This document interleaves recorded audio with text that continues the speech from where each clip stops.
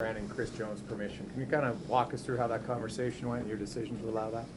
Yeah, I mean, it's simple. It's an opportunity to, it's a growth position. And, in this business, you don't stop people and try to prevent people from advancing and growing. So football has opportunities for all of us.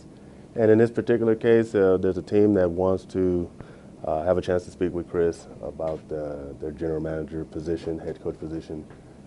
Says, why would I stand in the way of giving them that opportunity to talk? Did you give a window as far as when it's got to close so you can move forward as an organization rather than kind of sitting in limbo knowing who your head coach will be next year? Oh yeah, I'm not going to go into details of that, but the fact is that we have steps in place to make sure that things work for both sides. Ed, Chris said that he did have the opportunity to have a conversation with you about what it looks like here in Edmonton. What's your sense of how that conversation went and the opportunity that you can give Chris to try and advance here? The conversation that Chris and I had will remain between us.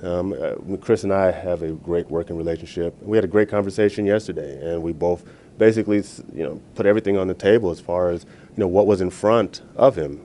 And I said, hey, this opportunity doesn't come around too often. I mean, often knowing that over the years, he has been looked over in some situations, and he had his opportunity to show that he can coach and be a great coach. And I won't be the one to stand in the way of him having that opportunity to see what's out there. It would be wrong. So as far as I see it, it's not anything where there's a bad working relationship. There is nothing like that.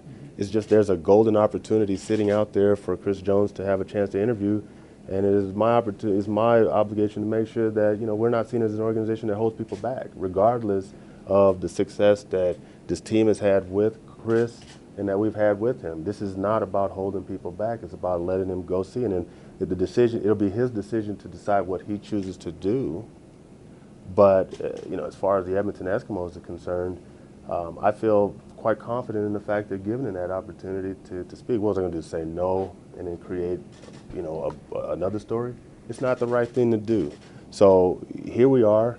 We have a great head coach who came in a couple years, won a championship. We did it all together. We have a great working relationship.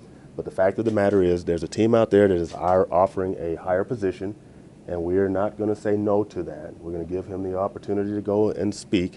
And if it works out that he gets the position, he gets my blessing. If it's a situation where he wants to come back and it's not a right fit for him, we'll welcome him with open arms. But there's no way we're going to sit here and haggle and debate over when and all that stuff. And then if he goes, we'll cross that river when it comes.